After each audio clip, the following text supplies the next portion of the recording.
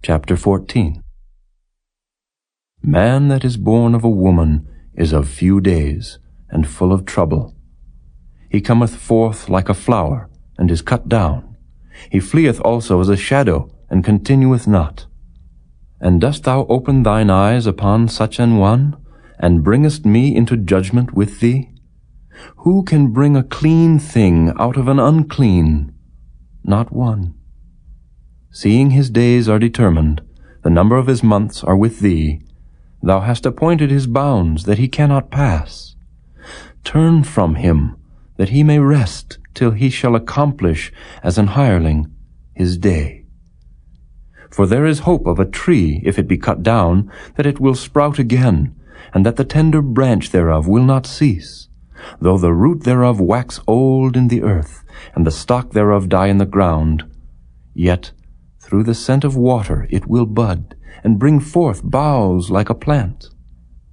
But man dieth, and wasteth away. Yea, man giveth up the ghost, and where is he? As the waters fail from the sea, and the flood decayeth and drieth up, so man lieth down, and riseth not. Till the heavens be no more, they shall not awake, nor be raised out of their sleep.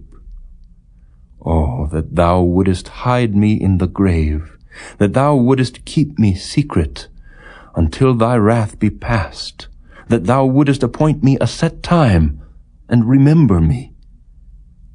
If a man die, shall he live again? All the days of my appointed time will I wait, till my change come. Thou shalt call, and I will answer thee. Thou wilt have a desire to the work of thine hands. For now thou numberest my steps. Dost thou not watch over my sin? My transgression is sealed up in a bag, and thou sewest up mine iniquity. And surely the mountain falling cometh to naught, and the rock is removed out of his place. The waters wear the stones. Thou washest away the things which grow out of the dust of the earth, and thou destroyest the hope of man. Thou prevailest forever against him, and he passeth. Thou changest his countenance, and sendest him away. His sons come to honor, and he knoweth it not, and they are brought low, but he perceiveth it not of them. But his flesh upon him shall have pain, and his soul within him shall mourn. Chapter 15. Then answered Eliphaz the Temanite, and said, Should a wise man utter vain knowledge, and fill his belly with the east wind? Should he reason with unprofitable talk, or with speeches wherewith he can do no good? Yea, thou castest off fear, and restrainest prayer before God. For thy mouth uttereth thine iniquity, and thou choosest the tongue of the crafty. Thine own mouth condemneth thee, and not I. Yea, thine own lips testify against thee. Art thou the first man that was born? Or wast thou made before the hills? Hast thou heard the secret of God? And dost thou restrain wisdom to thyself? What knowest thou that we know not? What understandest thou which is not in us? With us are both the gray-headed and very aged men, much elder than thy father. Are the consolations of God small with thee? Is there any secret thing with thee? Why doth thine heart carry thee away? And what do thy eyes wink at, that thou turnest thy spirit against God, and lettest such words go out of thy mouth? What is man, that he should be clean, and he which is born of a woman, that he should be righteous?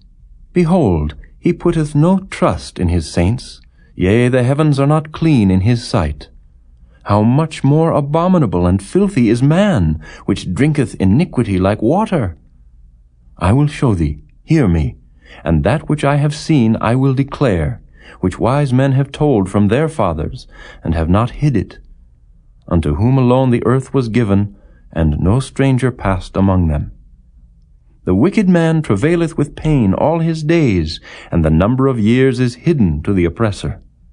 A dreadful sound is in his ears. In prosperity the destroyer shall come upon him. He believeth not that he shall return out of darkness, and he is waited for of the sword. He wandereth abroad for bread, saying, Where is it? He knoweth that the day of darkness is ready at his hand. Trouble and anguish shall make him afraid. They shall prevail against him as a king ready to the battle. For he stretcheth out his hand against God, and strengtheneth himself against the Almighty. He runneth upon him, even on his neck, upon the thick bosses of his bucklers, because he covereth his face with his fatness, and maketh collops of fat on his flanks. And he dwelleth in desolate cities, and in houses which no man inhabiteth, which are ready to become heaps. He shall not be rich, neither shall his substance continue, neither shall he prolong the perfection thereof upon the earth.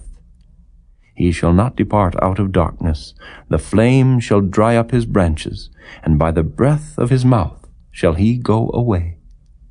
Let not him that is deceived trust in vanity, for vanity shall be his recompense. It shall be accomplished before his time, and his branch shall not be green. He shall shake off his unripe grape as the vine, and shall cast off his flower as the olive. For the congregation of hypocrites shall be desolate, and fire shall consume the tabernacles of bribery. They conceive mischief, and bring forth vanity, and their belly prepareth deceit. Chapter 16. Then Job answered and said, I have heard many such things. Miserable comforters are ye all. Shall vain words have an end, or what emboldeneth thee that thou answerest? I also could speak as ye do. If your soul were in my soul's stead, I could heap up words against you, and shake mine head at you. But I would strengthen you with my mouth, and the moving of my lips should assuage your grief. Though I speak, my grief is not assuaged. And though I forbear, what am I eased? But now he hath made me weary. Thou hast made desolate all my company. And thou hast filled me with wrinkles, which is a witness against me, and my leanness rising up in me beareth witness to my face. He teareth me in his wrath, who hateth me. He gnasheth upon me with his teeth. Mine enemy sharpeneth his eyes upon me. They have gaped upon me with their mouth. They have smitten me upon the cheek reproachfully. They have gathered themselves together against me. God hath delivered me to the ungodly, and turned me over into the hands of the wicked. I was at ease, but he hath broken me asunder. He hath also taken me by my neck, and shaken me to pieces, and set me up for his mark. His archers compass me round about. He cleaveth my reins asunder, and doth not spare. He poureth out my gall upon the ground. He breaketh me with breach upon breach. He runneth upon me like a giant.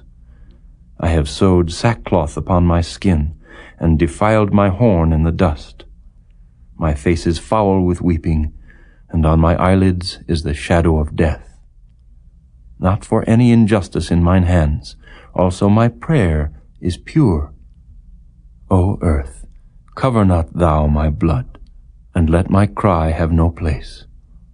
Also now, behold, my witness is in heaven, and my record is on high.